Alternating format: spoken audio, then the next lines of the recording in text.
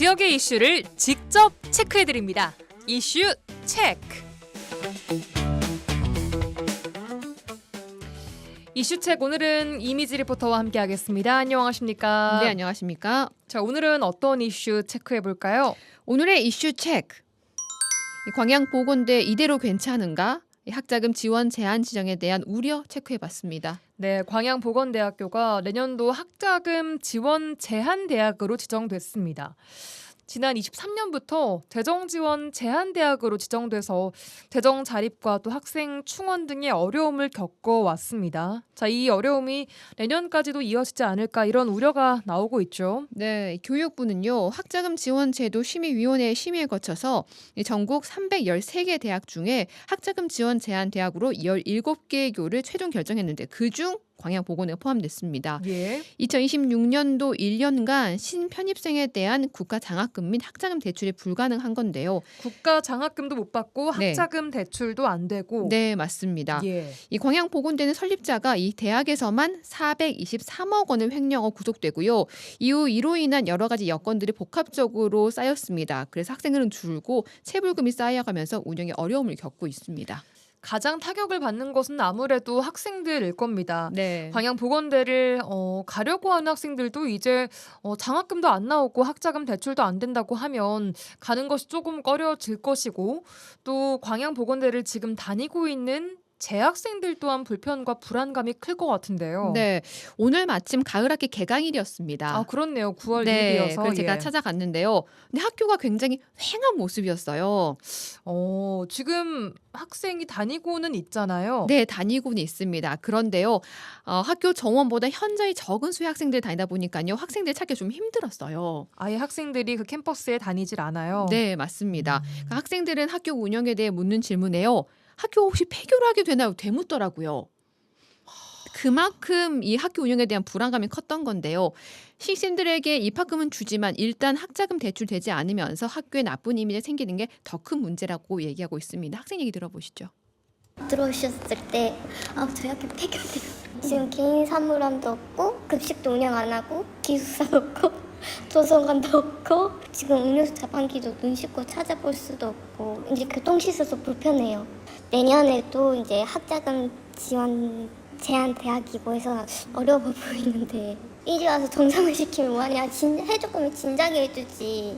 폐교가 되면 1년간 더 다른 학교에서 1년간 더 학교를 다녀야 되는 상황이잖아요. 이제 반학기는 이제 못 다니니까 3학년들 이제 그러다 저도 이제 아예 그냥 희망이 안 보이는데 그냥 이제 뉴스도 난 게 몇 번이 난 게 아니라서 지금 뭐 폐교 한 해 만에 약간 또 뉴스도 나고 제한이 되고 푸른 장학금 해도 이제 제한이 막 되어 있으니까 많이 걸려요. 우리도 이제 등록금 내는 거에 대해서 이제 좀 수월할 텐데 이제 이도 저도 안 되는 상황이니까. 네, 오늘 광양보건대학교에서 만난 학생의 인터뷰인 거죠? 네, 맞습니다. 이 학생은 지금 현재 3학년입니다. 3학년 2년제인 학과도 있는 거잖아요. 네, 2년제가 있고 지금 보건계열 3년제여서 네, 3학년 학생입니다. 그러니까 이 학생 같은 경우에는 이제 국가고시를 봐야 되는 상황이에요. 그런데 지금 이렇게 불안한 상황에서 혹시라도 폐교가 된다면 졸업 예정자만 가능한 시험인데 볼 수가 없게 되는 겁니다. 그러니까 더 불안감이 생기는 겁니다. 그런 문제도 있겠네요. 네. 예, 그리고 지금 학교가 여러 가지 뭐 사업들을 신청을 해도 자꾸 조건에 걸려서 안 된다라는 네, 맞습니다. 얘기도 했던 것 같고요. 네. 자, 광양보건대학교 광양시에 남은 유일한 대학입니다. 지역 주민들의 반응은 좀 어떻던가요? 광양보건대학 인근 주민들은요, 광양의 유일한 대학교인데 운영에 어려움을 겪는 것도 안타깝고 또 폐교 단역까지 거론되는 건 더 안타깝다고 얘기를 하고 있습니다. 10년 전만 하더라도 학생 수가 많아서 상권이 살았는데 지금은 학생이 다니는지도 모를 정도라고 지적을 했는데요. 지자체와 지역의 도움이 좀 절실하다고 얘기했습니다. 폐교되면 안 된다고 생각하겠죠. 지역민들은 학교가 있어야지 그 지역이 좀 산다라고 생각을 하지 않을까요? 뭐 지역에서도 뭐 이렇게 자금을 좀 내서라도 뭐 이렇게 살리려고 많은 노력들을 하고 계신 걸로 제가 들었거든요. 근데 지금 원래 지금 보건대 같은 경우는 간호학과가 주과잖아요. 근데 그 간호학과 지금 없잖아요. 그런 부분이 좀 돼야 되고 노력하는 데만큼은 잘 안 되고 있다. 뭐 그런 이야기들 들리고 있어서 좀 걱정되죠. 이제 또 학교도 좀 좋은 인력들이 많이 나오고 그러면은 여기도 광양도 좀 더 나아지지 않을까요? 간호학과도 다시 좀 부활됐으면 좋겠고 그냥 그런 생각들을 하죠. 지역 주민들 입장에서. 제가 뭐 지금 듣기로는 이 교수님들도 뭐 급여도 제대로 뭐 이렇게 못 받고 그렇게 하고 있다고 들었어요. 이렇게 뭐 고생을 많이 하시는 것 같더라고요. 그런데 걱정스러운 눈으로 바라보고 있는 거죠. 지자체 관심 당연히 있어야 한다고 보고요. 그다음에 또 광양제철에는 큰 격차가 있잖아요. 그런 데서도 이렇게 좀 신경을 좀 쓰면은 좋지 않을까. 물론 본인들하고는 과가 뭐 이렇게 겹치지는 않지만 그래도 지역사를 위해서 그랬으면 좋겠다는 생각이 드는데요. 네, 광양 지역 주민분의 이야기 들어보고 왔습니다. 네. 간호학과가 지금은 없군요. 네, 지금은 운영되지 않고 있습니다. 학생이 전혀 없는 상황이에요. 예. 네. 학생이 지금 전교생 몇 명 정도입니까? 현재 100명대 초반이에요. 네. 그래요. 입학생도 계속 줄고 있는 거예요? 이건 좀 늘고 있습니다. 작년까지만 해도 신입생이 20명대였는데요. 예. 올해 60명대로 늘었다고 하더라고요. 네. 그래요. 신입생은 계속 또 있는 상황이군요. 네, 꾸준히 모집은 되고 있는 상황입니다. 학교 측에선 이런 지금 학자금 지원이 제한된 상황 어떻게 보고 있습니까? 이렇게 학자금 지원 제한이 되면 학생들이 신청할 수 있는 다양한 사업에 신청 자격이 부여되지 않는 것은 우려가 있습니다. 그래서 광양보건대 측에서는요, 다양한 방안들을 모색하고 있는데요. 현재 1학년 신입생들에는 1년 전액 장학금을 지원하고 있고요. 또 지역의 원협이나 농협 등 다양한 분야 협력을 해서 관련 조합원들이 입학을 하면 장학금을 지원하는 등 여러 장학금 제도를 또 도입하고 있습니다. 또 국가 장학금만큼이나 학생들에게 도움이 될 수 있는 방안들을 마련하고 있다고 하는데요. 이 광양보건대 김주명 부총장 얘기 들어보시죠. 국가 장학금이 안 되면 저희는 방법은 그런 장학금을 많이 만드는 수밖에 없잖아요.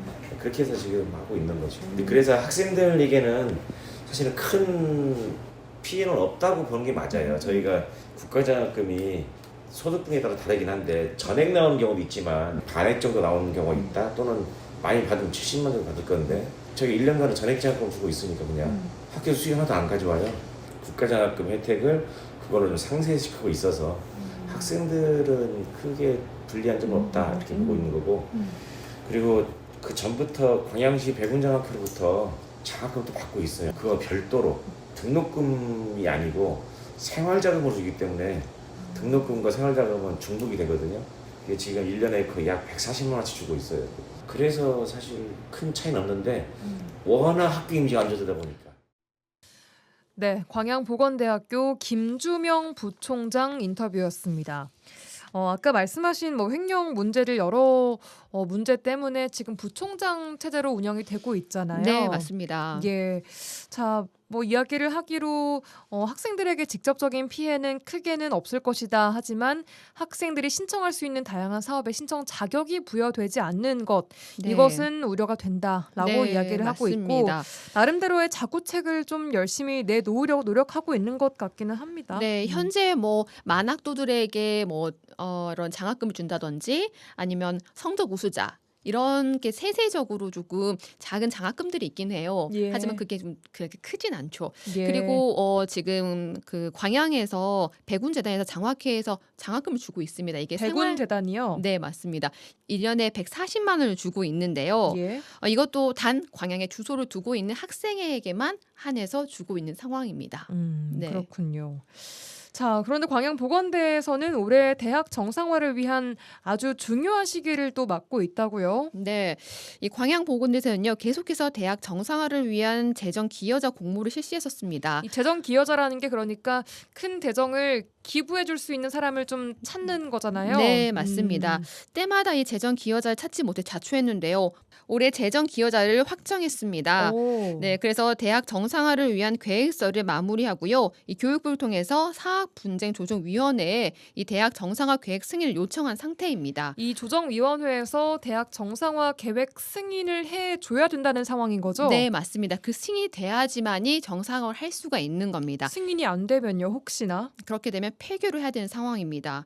아. 하지만 이 상황이 조금 희망적이라고 하는데요. 그래서 앞으로 다양한 지원과 대책으로요, 이 청사진을 그려볼 수 있을 것으로 보고 있습니다. 그 얘기 들어보시죠. 저희가 이거를 7월 3일자로 보내긴 했는데 7월 말에 서류가 완벽히 올라갔어요. 교육부에서 안건으로 사학분야조정위 심의위원회를 올리고 그 사분위에서 최종 결정을 하는데 안건 올라가면 그날 결정해 주거든요. 그때 결정을 해주는데 그 결정을 할 때 교육부에서 이 계획서가 추진될 수 있는지 여부를 좀 판단을 2달을 하겠다고 한 거예요 지금요. 이제 8월, 9월 달 자기네들이 하고 9월 말이면 사분이 안건 올라갈지 말지 결정될 거 아니에요. 가능성이 높은 건 사실입니다. 그런데 만약에 안 될 경우에는 그럼 저희들이 학교 운영비 1년에 25억 정도 드는데 25억을 만들 수는 없잖아요. 그리고 다시 재정기를 모집할 틈도 없고 그 틈이 없다는 것은 파산 재판이 지금 3년을 끌어와서 여기서 승인하면 그걸 기각할 거고 저희는 지금 요거 하나야 몫을 받고 있는 거고 어떤 재정적인 도움 없이 스스로 움직이시는 학교가 돼야 되거든요. 그래서 그런 것들 때문에 노력하고 있는 겁니다. 네, 이번 사학분쟁조정위원회의 이 승인 결과에 따라서 지금 진행 중인 파산 재판의 결과 또한 달라질 거라고 보고 있는 것 같습니다. 네, 맞습니다. 또 지금 현재 교육부에서 바로 승인을 못한 이유가요. 예. 이 대학에 대한 제재를 가했던 이유가 바로 400억 이상의 횡령을 보존하라는 얘기인데요. 이게 지금 이 기여자가 200억 정도의 금액을 지금 지원한다고 밝혔습니다. 네, 지정 기여자가 네, 그렇다면 200억의 정도의 돈이 남은 상태잖아요. 횡령 금액에 비해서 네, 이걸 보존하지 않으면 안 된다라는 의견이 있어서 지금 정확하게 이 승인이 나지 않고 있는 상황이기도 합니다. 예, 그렇군요. 어쨌든 이 사학분쟁조정위원회의 승인 결정을 좀 지켜봐야 될 것 같네요. 네, 지금 9월 중에 이게 결정이 날 것으로 보입니다. 그래요. 네, 중요한 결정을 앞두고 있는 광양보건대학교 폐교가 되면은 우리나라 시 단위 지자체에서 유일하게 대학이 없는 지자체가 된다고요? 네, 맞습니다. 지역 대학이 무너지는 것은 단순히 교육 기관이 문을 닫는 것이 아니라 지역 공동체 기반이 무너지는 것이라고 하는데요. 이 지역 사회 관심과 정책적 지원 등으로 다양한 자구책이 필요해 보이는 상황입니다. 네, 여기까지 듣겠습니다. 이미지 리포터와 함께했습니다. 고맙습니다. 네, 감사합니다.